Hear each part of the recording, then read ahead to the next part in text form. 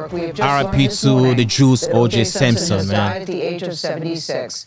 His agent said he had been suffering from prostate cancer. Now, this news comes on social media from the family of the former star running back who was tried and acquitted for the murder of his ex-wife and then found liable for her death in a lawsuit. Simpson's life story is extraordinary. He grew up poor in San Francisco, became a sports legend who won the Heisman Trophy while playing for the University of Southern California back in 1968 and set records in the NFL, and then moved into acting and TV work. He was one of the most desired commercial endorsers in the 1970s and 80s, but his career fell apart in 1995 when he was accused of stabbing his ex-wife, Nicole Brown Simpson, and a friend of hers, Ron Goldman, in her home in Los Angeles. He was arrested after a long, infamous police chase that lasted for hours. After one of the most controversial trials in recent memory, Simpson was found not guilty of both murders.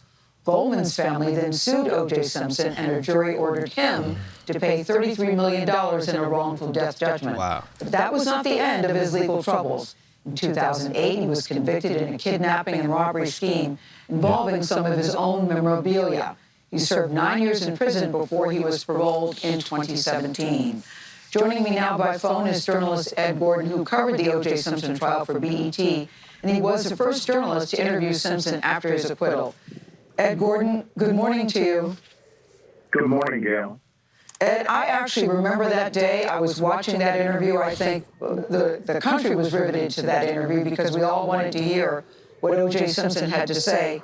What was your thought when you heard that he had passed away this morning?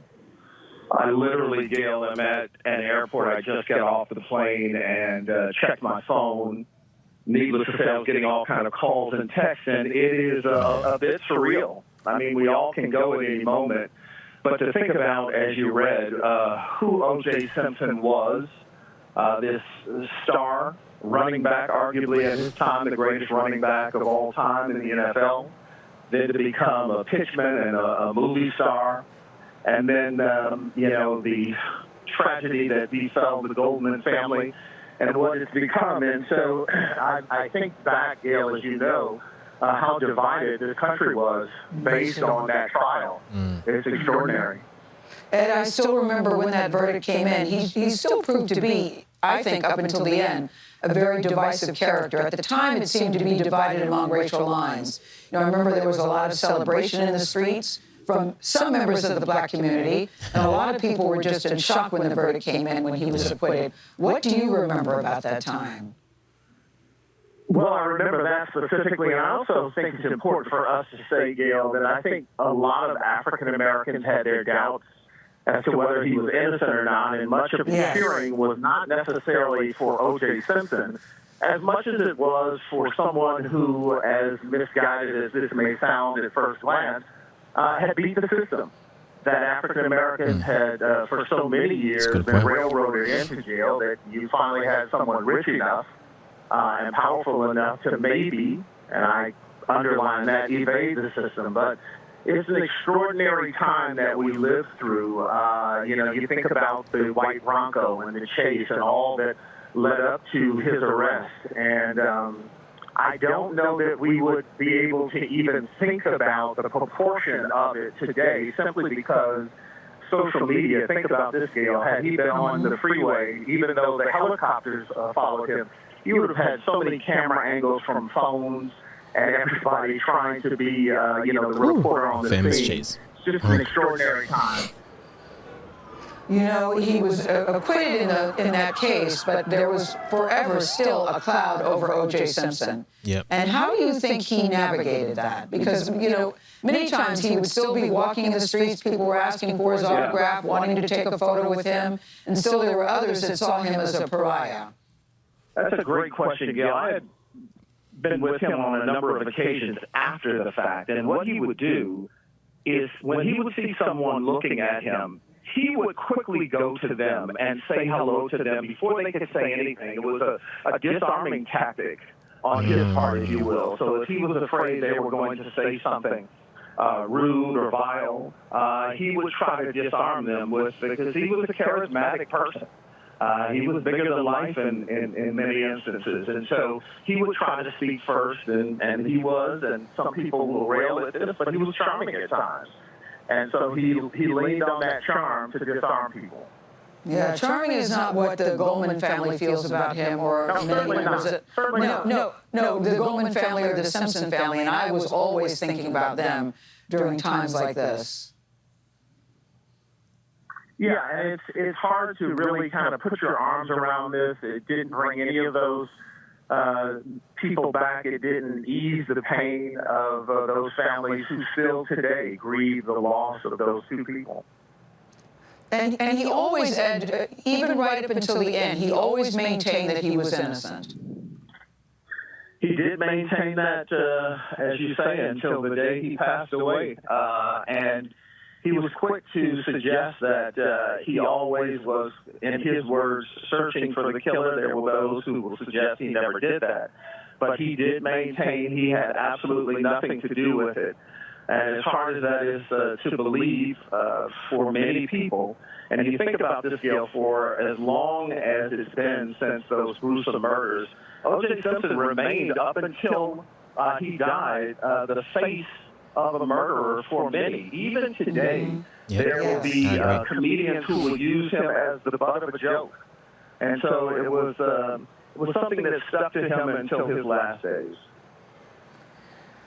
Ed Gordon, thank you so much. When I got the news, listen, we had heard that he was sick, and had been sick for a while, but it was still very jarring to get the news because it just brought back all the memories about that trial. And I still, to this day, keep thinking about the tragedy of the Simpson family and the Ron Goldman family. Thank you, Ed Gordon. Thank you for talking with us this morning.